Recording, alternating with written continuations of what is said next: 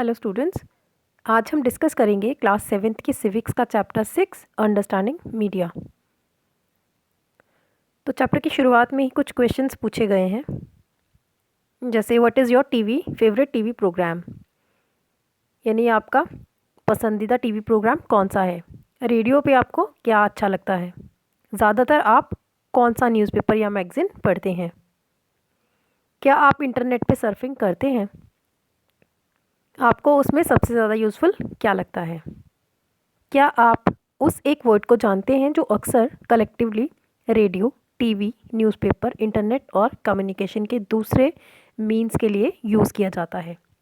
ये वर्ड है मीडिया। तो यहाँ पे एक वर्ड दिया गया है मीडिया। अक्सर ये वर्ड जो है वो यूज़ किया जाता है इन सब चीज़ों के लिए। तो इस चैप्टर में आप मीडिया यानी संचार माध्यमों के बारे में पढ़ेंगे। आप जानेंगे कि ये कैसे काम करता है और हमारी डेली लाइफ को कैसे अफेक्ट करता है। क्या आप किसी एक ऐसी चीज़ को याद कर सकते हैं जो आपने इस वीक मीडिया से सीखी हो? लोकल मेले के दुकान से लेकर टीवी के प्रोग्राम्स तक जो आप देखते हैं, इन सबको मीडिया कहा जाता है। मीडिया इंग्लिश के वर्ड मीडियम का प्लूरल है। यहाँ पे एक वर्ड दिया गया है जो आपने पहले भी देखा है, मीडिया। तो मीडिया जो है ये क्या है, मीडियम का प्लूरल वर्ड है, जिसका मतलब है उन तरीक़ों से, इसका मतलब उन तरीक़ों से है जिनके थ्रू हम सोसाइटी में कम्युनिकेट करना सीखते हैं, एक दूसरे से बातचीत करना सीखते हैं। क्योंकि मीडिया के अंतर्गत सारे कम्युनिकेशन के मीन्स आते हैं, इसलिए हर चीज़ जैसे फ़ोन पे बात करने से लेकर टीवी पे शाम की न्यूज़ सुनने तक को मीडिया कहा जाता है। टीवी प्रोग्राम हो गए, रेडियो और न्यूज़पेपर मीडिया की ऐसी फॉर्म्स हैं जिनकी पहुंच लाखों लोगों तक है। देश और विदेश के लोगों तक इसकी पहुंच है, इसलिए इसे मास मीडिया कहा जाता है। एक वर्ड देखेंगे आप यहाँ पे, मास मीडिया। तो जब बहुत सारे लोगों तक एक साथ ये सारी चीज़ें पहुंचती हैं, जैसे हो गया न्यूज़पेपर, टीवी, रेडियो, तो इसको मास मीडिया कहा जाता है। उसके बाद हमारा नेक्स्ट टॉपिक है मीडिया एंड टेक्नोलॉजी। आपके लिए शायद मीडिया के बिना अपनी लाइफ इमेजिन करना काफ़ी मुश्किल होगा, लेकिन केबल टीवी और इंटरनेट का ज़्यादा यूज़ अभी रिसेंटली ही शुरू हुआ है। इन्हें शुरू हुए अभी 20 साल भी नहीं हुए हैं। मास मीडिया यानी जनसंचार माध्यमों के लिए यूज़ में आने वाली टेक्नोलॉजी लगातार जो है वो बदलती जा रही है। उसके बाद सेकंड पैराग्राफ में बताया गया है न्यूज़पेपर, टीवी और रेडियो लाखों लोगों तक पहुंच सकते हैं क्योंकि इनमें एक स्पेसिफिक टाइप की टेक्नोलॉजी का यूज़ किया जाता है। हम न्यूज़पेपर और मैगजीन्स को प्रिंट मीडिया और रेडियो और टीवी को इलेक्ट्रॉनिक मीडिया के रूप में भी डिस्कस करते हैं। आपके विचार से न्यूज़पेपर को प्रिंट मीडिया क्यों कहा जाता है? आगे पढ़ने पर आपको पता चलेगा कि ये नाम मीडिया द्वारा यूज़ में लाई जा रही टेक्नोलॉजी से रिलेटेड है। यहाँ नीचे कुछ फोटोग्राफ्स दिए गए हैं। तो इन फोटोग्राफ से आपको पता चलेगा कि पिछले सालों में टेक्नोलॉजी जो है वो कैसे बदलती गई है और धीरे धीरे बदलती भी जा रही है। यहाँ पे एक प्रिंटिंग प्रेस का फोटोग्राफ दिया गया है। उसके बाद नेक्स्ट पैराग्राफ में बताया गया है कि टेक्निक और मशीन्स को बदलकर मॉडर्न बनाने से मीडिया को ज़्यादा लोगों तक पहुंचाने में मदद मिलती है।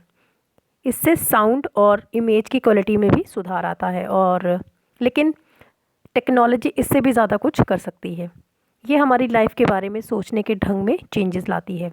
एग्जाम्पल के लिए आज हमारे लिए टीवी के बिना लाइफ इमेजिन करना बहुत मुश्किल है। टीवी के कारण हम अपने आप को वर्ल्ड और सोसाइटी का एक मेंबर समझने लगे हैं। टेलीविज़न में दिखाए जाने वाले इमेजेस सैटेलाइट और केबल के थ्रू ही दूर दराज के एरियाज़ तक पहुंचाए जाते हैं।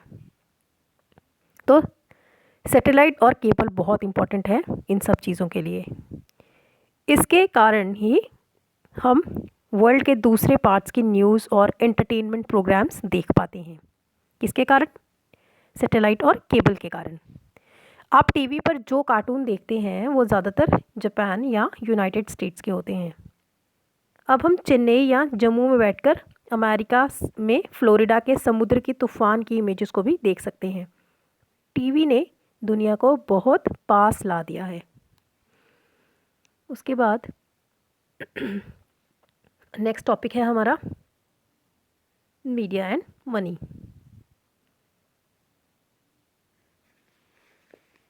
जितनी भी टेक्नोलॉजीज़ मास मीडिया यूज़ करता है वो सारी बड़ी ही ज़्यादा महंगी यानी एक्सपेंसिव होती हैं। ज़रा टीवी स्टूडियो के बारे में सोचिए जहाँ पे न्यूज़ रीडर बैठता है।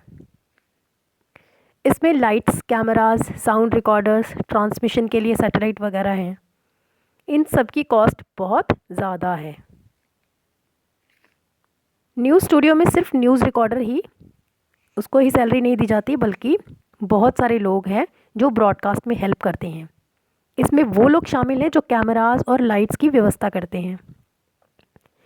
जैसा कि आपने अभी पढ़ा, मास मीडिया के लिए इस्तेमाल की जाने वाली टेक्नोलॉजी लगातार बदलती रहती है, इसलिए लेटेस्ट टेक्नोलॉजी पे बहुत सारा पैसा खर्च होता है।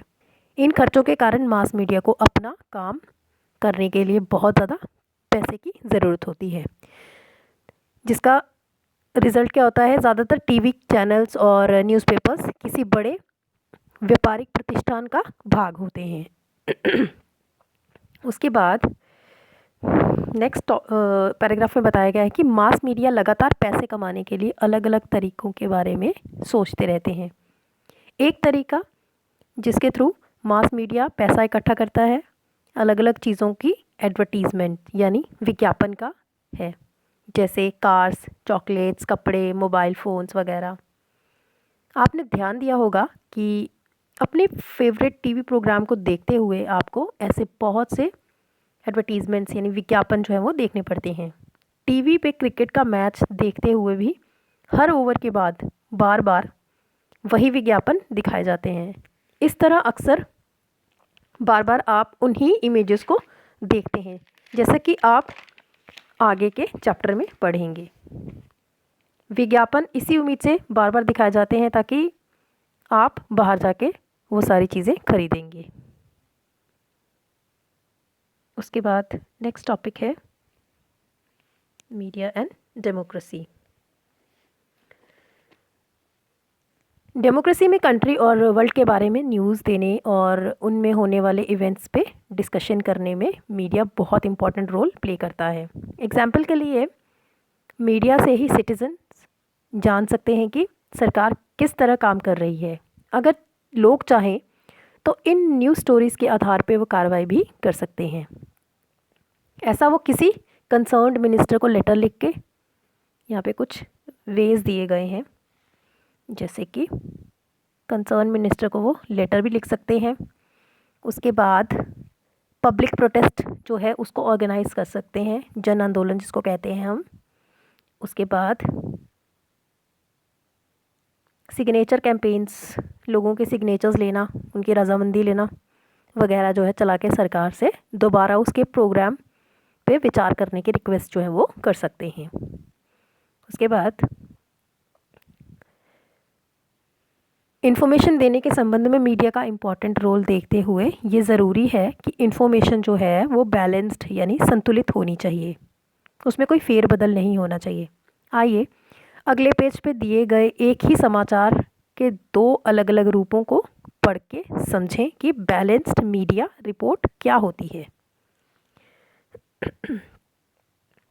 यहाँ पे देखिए दो अलग अलग न्यूज़पेपर्स की यहाँ पे और यहाँ पे ये रिपोर्ट्स दी गई हैं। पहला है क्रैकडाउन ऑन पोल्यूटिंग फैक्ट्रीज़ यानी प्रदूषण फैलाने वाले कारखानों पे वज्रपात। Protesters block roads and disrupt traffic यानी विरोधियों द्वारा चक्का जाम, यातायात रुका। चलिए इसमें क्या दिया गया है पढ़ते हैं। इंडस्ट्री के मालिकों और वर्कर्स के वायलेंट प्रोटेस्ट्स ने सिटी की गतिविधियों को रोक के रख दिया। रोड्स पे गाड़ियों के बड़े बड़े जाम जो थे वो लगने के कारण लोग टाइम पे अपने काम पे नहीं पहुंच सके। ओनर्स और वर्कर्स गवर्नमेंट के पोल्यूशन फैलाने वाली यूनिट्स को बंद करने के फैसले का विरोध कर रहे हैं। गवर्नमेंट ने ये डिसीजन कुछ जल्दबाजी में ले लिया, लेकिन प्रोटेस्टर्स को काफ़ी समय से ये पता था कि उनकी यूनिट्स जो हैं वो इलीगल हैं, और इन यूनिट्स के बंद होने से क्या होगा, सिटी में पोल्यूशन का लेवल काफ़ी कम हो गया। मिस्टर जैन सिटी की एक वेल नोन पर्सनालिटी हैं। यहाँ पे मिस्टर जैन का नाम भी दिया गया है। मिस्टर जैन जो है वो एक वेल नोन पर्सनालिटी है सिटी की। तो उन्होंने कहा कि हमारा शहर भारत के नए बिजनेस हब यानी व्यावसायिक केंद्र के रूप में स्थापित होता जा रहा है। इसके साथ साथ ये भी ज़रूरी है कि शहर साफ और हरा भरा रहे। पोल्यूशन फैलाने वाली इंडस्ट्रीज़ को हटाना चाहिए, इनको हटा दिया जाना चाहिए। प्रोटेस्ट करने की जगह पे इंडस्ट्रीज़ के मालिकों और वर्कर्स को रीलोकेशन यानी उनकी जो पुनर्स्थापन है उसका प्रस्ताव जो है उनको मान लेना चाहिए। तो ये थी पहली रिपोर्ट। सेकंड रिपोर्ट देखते हैं। इसमें है closure of factories causes unrest. इसका मतलब है कारखानों के बंद होने से घोर अशांति। सिटी के रेजिडेंशियल एरिया में 1 लाख कारखानों का बंद होना एक सीरियस प्रॉब्लम का रूप ले सकता है। सोमवार को हज़ारों कारखाना मालिक और मजदूर कारखाना बंदी पे अपना कड़ा विरोध जताने के लिए सड़कों पे उतर आए। उन्होंने कहा कि इससे उनकी रोज़ी रोटी छिन जाएगी। उनका कहना है कि गलती म्यूनिसिपल कॉरपोरेशन की है, जो रेजिडेंशियल एरियाज़ में लगातार नए कारखाने लगाने के लिए लाइसेंस देता रहा। उन्होंने ये भी कहा कि उनकी रीलोकेशन यानी पुनर्स्थापन के लिए प्रॉपर कोशिशें नहीं की गई हैं। कारखानों के मालिकों और मज़दूरों ने कारखाने बंद करवाने के विरोध में शहर में एक दिन का बंद आयोजित किया है। एक कारखाने के मालिक मिस्टर शर्मा ने कहा कि सरकार कहती है कि उसने हमारे पुनर्स्थापन के लिए बहुत काम किया है, लेकिन जिस तरह के एरियाज़ वो हमें दे रही है वहाँ किसी भी तरह की फैसिलिटीज़ जो हैं वो अवेलेबल नहीं है, और पिछले 5 सालों में वहाँ कोई भी डेवलपमेंटल वर्क जो है वो नहीं हुआ है। तो ये दोनों रिपोर्ट्स थी। रियलिटी तो ये है कि अगर आप इनमें से सिर्फ एक न्यूज़पेपर पढ़ेंगे तो आपको स्टोरी का एक ही साइड का पता चलेगा। अगर आपने न्यूज़ ऑफ इंडिया पढ़ा तो प्रोटेस्टर्स की बातें आपको बेकार ही लगती। उनका ट्रैफिक में बाधा डालना और अपनी फैक्ट्री से सिटी में पोल्यूशन फैलाना आपके मन में उनके लिए बुरा इंप्रेशन पैदा करता। और दूसरी तरफ अगर आपने इंडिया डेली पढ़ा होता, दूसरा न्यूज़पेपर पढ़ा होता, तो आप जानते कि फैक्ट्रीज़ के बंद होने पर बहुत से लोग अपनी रोज़ी रोटी खो देंगे, क्योंकि उनके रीलोकेशन के लिए उठाए जाने वाले कदम जो थे वो अपर्याप्त थे, एडिक्वेट नहीं थे। दोनों में से कोई भी स्टोरी की रिपोर्ट जो है वो बैलेंस्ड रिपोर्ट नहीं है, यानी संतुलित नहीं है।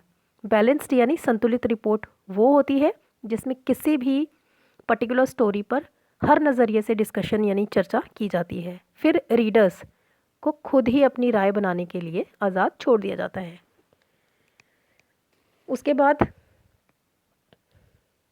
बैलेंस रिपोर्ट लिख पाना मीडिया के इंडिपेंडेंट होने पर निर्भर करता है।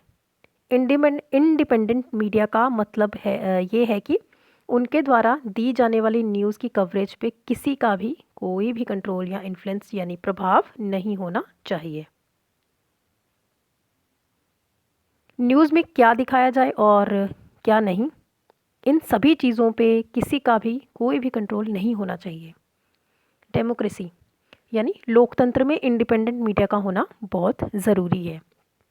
जैसा कि आपने ऊपर पढ़ा कि मीडिया द्वारा प्रदान की गई जानकारी के आधार पे ही हम नागरिकों के रूप में कार्रवाई कर सकते हैं। इसलिए ये ज़रूरी है कि ये जानकारी रिलायबल यानी विश्वसनीय और बायस्ड का मतलब होता है पक्षपात करने वाली ना हो। उसके बाद रियलिटी तो ये है कि मीडिया इंडिपेंडेंट नहीं है। इसके मेन 2 रीज़न्स हैं। पहला रीज़न है गवर्नमेंट का मीडिया पे कंट्रोल। जब गवर्नमेंट न्यूज़ के किसी हिस्से, फिल्म के किसी सीन या फिर गीत के किसी बोल को पब्लिक के साथ शेयर करने पे रोक लगाती है, तो इसे कहते हैं सेंसरशिप। एक वर्ड देखेंगे आप यहाँ पे, सेंसरशिप। सेंसरशिप क्या होती है? जब भी गवर्नमेंट जो है वो कोई न्यूज़ का कोई हिस्सा नहीं दिखाना चाहती है, या कोई फिल्म का कोई सीन है या कोई गीत का कोई बोल है, उस चीज़ पर रोक लगा देती है, लोगों को देखने के लिए उस पर मनाही होती है, तो इसको सेंसरशिप कहा जाता है। इसको क्या कहा जाता है? सेंसरशिप। इंडियन हिस्ट्री में ऐसा टाइम भी आया जब गवर्नमेंट ने मीडिया के ऊपर सेंसरशिप लगाई हो। इसमें सबसे बुरा टाइम था, यहाँ पे टाइम पीरियड दिया गया है 1975 से लेके 1977 तक। ये टाइम था इमरजेंसी का टाइम। उसके बाद गवर्नमेंट हालांकि फिल्मों पे तो लगातार सेंसर रखती है, लेकिन वो मीडिया द्वारा दिखाई गई न्यूज़ में पूरी तरह ऐसा नहीं करती है। गवर्नमेंट द्वारा सेंसरशिप ना होने के कारण होने पर भी आजकल ज़्यादातर न्यूज़पेपर जो है वो बैलेंस्ड रिपोर्ट जो है उसको प्रोवाइड करने में असफल होते हैं।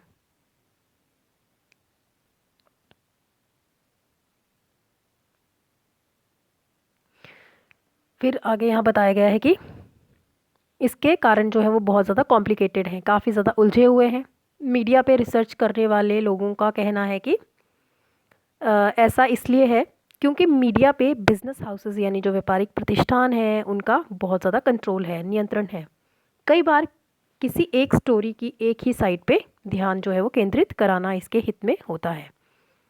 मीडिया द्वारा निरंतर पैसे की ज़रूरत को और उसके लिए एडवर्टीज़मेंट पे डिपेंड रहने के कारण भी उन लोगों के अगेंस्ट लिखना कुछ मुश्किल हो जाता है जो एडवर्टीज़मेंट्स देते हैं। इसलिए बिज़नेस के साथ क्लोज लिंक्स होने के कारण अब मीडिया इंडिपेंडेंट नहीं समझा जाता। उसके बाद नेक्स्ट पैराग्राफ में बताया गया है, इसके अलावा मीडिया किसी मुद्दे के खास पक्ष पर इसलिए ज़ोर देते हैं क्योंकि उसे विश्वास है कि इससे स्टोरी और भी ज़्यादा इंटरेस्टिंग हो जाएगी। इसी तरह अगर वो किसी इशू पे पब्लिक सपोर्ट यानी जन समर्थन बढ़ाना चाहती है तो भी स्टोरी का एक ही साइड पे वो फोकस करते हैं। उसके बाद नेक्स्ट टॉपिक है हमारा सेटिंग एजेंडाज। किन इवेंट्स पे ज़ोर दिया जाए, इसमें भी मीडिया का इम्पॉर्टेंट रोल जो होता है, मीडिया बहुत इम्पॉर्टेंट रोल प्ले करता है और इसी के बेसिस पे ये डिसाइड किया जाता है कि क्या न्यूज़ में दिखाए जाने योग्य है, तो क्या चीज़ न्यूज़ में दिखाई जानी चाहिए वो भी यही डिसाइड करता है। एग्जाम्पल के तौर पे आपके स्कूल के एनुअल डे की खबर शायद न्यूज़पेपर में दी जाने योग्य नहीं होगी, लेकिन अगर कोई फेमस एक्टर उसमें चीफ गेस्ट के रूप में इनवाइटेड हो तो मीडिया भी इसे कवर करने में इंटरेस्टेड होगा। कुछ खास इश्यूज़ पे फोकस करके मीडिया हमारे विचारों, भावनाओं और कामों को अफेक्ट करता है और हमारा ध्यान उन इश्यूज़ की ओर खींचते हैं। हमारे जीवन पर इम्पॉर्टेंट इन्फ्लुएंस डालने और हमारे थॉट्स को शेप देने में इम्पॉर्टेंट रोल प्ले करने के कारण ही अक्सर ये कहा जाता है कि मीडिया ही हमारा एजेंडा तय करता है, मीडिया ही हमारा एजेंडा सेट करता है। उसके बाद नेक्स्ट बताया गया है, अभी हाल में ही मीडिया ने कोला ड्रिंक्स में पेस्टिसाइड्स का लेवल अलार्मिंग लेवल्स तक बढ़े हुए होने की ओर हमारा ध्यान आकर्षित किया है। उन्होंने पेस्टिसाइड्स के बहुत ज़्यादा मात्रा में होने की रिपोर्ट पब्लिश की थी और उन्होंने ये भी बताया था कि इस तरह हमें कोला जो ड्रिंक्स हैं वो नहीं पीने चाहिए और कोला ड्रिंक्स में इंटरनेशनल क्वालिटी और सेफ्टी स्टैंडर्ड्स के अनुसार रेगुलरली मॉनिटर करने की ज़रूरत जो है वो महसूस कराई। उन्होंने गवर्नमेंट पे आगे बताया गया है कि उन्होंने गवर्नमेंट पे दबाव के बावजूद बिना डरे घोषणा की कि कोला पीना सुरक्षित नहीं है। इस स्टोरी को पेश करके मीडिया ने पॉजिटिवली हमारा ध्यान उन इश्यूज़ पे फोकस करने की कोशिश की है जिस पे अगर उनकी रिपोर्ट ना आती तो हमारा ध्यान भी ना जाता। नेक्स्ट पैराग्राफ में बताया गया है, कई बार ऐसी घटनाएं हो जाती हैं कि जब मीडिया उन इश्यूज़ पे हमारा ध्यान खींचने में असफल रहता है जो हमारी लाइफ के लिए बहुत इम्पॉर्टेंट है। एग्जाम्पल के लिए पीने का पानी हमारे देश की एक बड़ी समस्या है। हर साल हज़ारों लोग कष्ट सहते हैं और मर जाते हैं क्योंकि उन्हें पीने के लिए साफ़ पानी नहीं मिलता। फिर भी मीडिया हमें इस इशू पे बहुत ही कम चर्चा करते हुए दिखता है।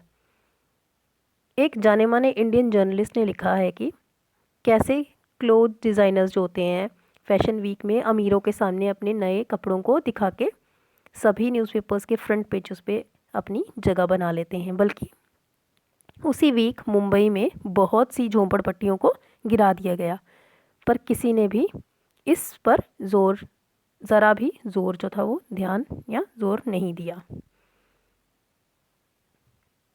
उसके बाद यहाँ पे बॉक्स में एक टॉपिक है लोकल मीडिया। चलिए अब इसको डिस्कस करते हैं।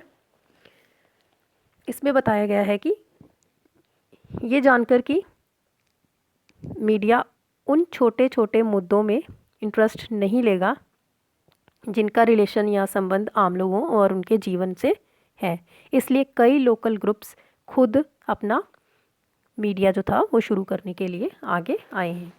कई बार लोग कम्युनिटी रेडियो द्वारा किसानों को अलग अलग फसलों के रेट्स के बारे में बताते हैं और उन्हें बीज और फर्टिलाइजर्स के यूजेस के बारे में भी सलाह देते हैं।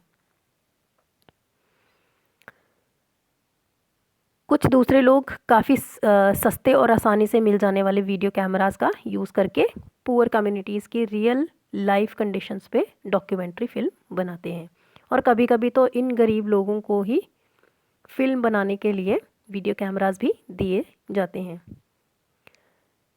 दूसरी एग्जाम्पल खबर लहरिया। यहाँ पे एक न्यूज़पेपर का नाम दिया गया है खबर लहरिया। तो इसमें बताया गया है कि खबर लहरिया नाम के एक न्यूज़पेपर का है एग्जाम्पल, जो उत्तर प्रदेश के चित्रकूट जिले के 8 दलित महिलाओं द्वारा हर 15 दिन में निकाला जाता है। बुंदेली जो कि लोकल लैंग्वेज है, उसमें लिखित इस 8 पेज के न्यूज़पेपर में दलित से रिलेटेड इश्यूज़, औरतों के प्रति हिंसा और पॉलिटिकल करप्शन से रिलेटेड रिपोर्ट्स जो है वो छापी जाती हैं। इस न्यूज़पेपर के रीडर हैं, मेन जो है लोग जो इसको पढ़ते हैं वो हैं किसान, दुकानदार, पंचायत के सदस्य, स्कूल के टीचर्स और वो औरतें जिन्होंने अभी हाल ही में पढ़ना लिखना शुरू किया है। हमारा नेक्स्ट और लास्ट टॉपिक है, नेक्स्ट पैराग्राफ में बताया गया है कि प्रजातंत्र के नागरिक के रूप में हमारे जीवन में मीडिया बहुत इम्पॉर्टेंट रोल प्ले करता है, क्योंकि मीडिया के द्वारा ही हम गवर्नमेंट के कामों के बारे में जान सकते हैं। मीडिया ही डिसाइड करता है कि किन बातों पे ध्यान खींचना चाहिए और इस तरह वो एजेंडा तय कर सकता है। अगर कभी गवर्नमेंट चाहे तो मीडिया को किसी घटना की खबर छापने से रोक सकती है। इसे सेंसरशिप कहा जाता है, जो कि हमने पहले भी डिस्कस किया है।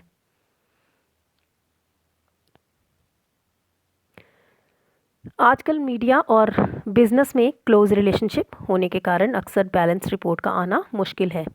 इसे ध्यान में रखते हुए हमारे लिए ये इम्पॉर्टेंट है कि न्यूज़ से मिली फैक्चुअल इन्फॉर्मेशन अभी अक्सर पूरी नहीं होती है और वन साइडेड हो, यानी एक पक्षीय हो सकती है। इसलिए हमें न्यूज़ के एनालिसिस के लिए नीचे दिए गए प्रश्न पूछने चाहिए। यहाँ पे कुछ क्वेश्चंस दिए गए हैं, जैसे कि इस रिपोर्ट से मुझे कौन सी जानकारी मिल सकती है या मिल रही है, कौन सी आवश्यक जानकारी नहीं दी जा रही, ये लेख किसके नज़रिए से लिखा गया है, यानी किसका नज़रिया था जिसने ये लेख लिखा है,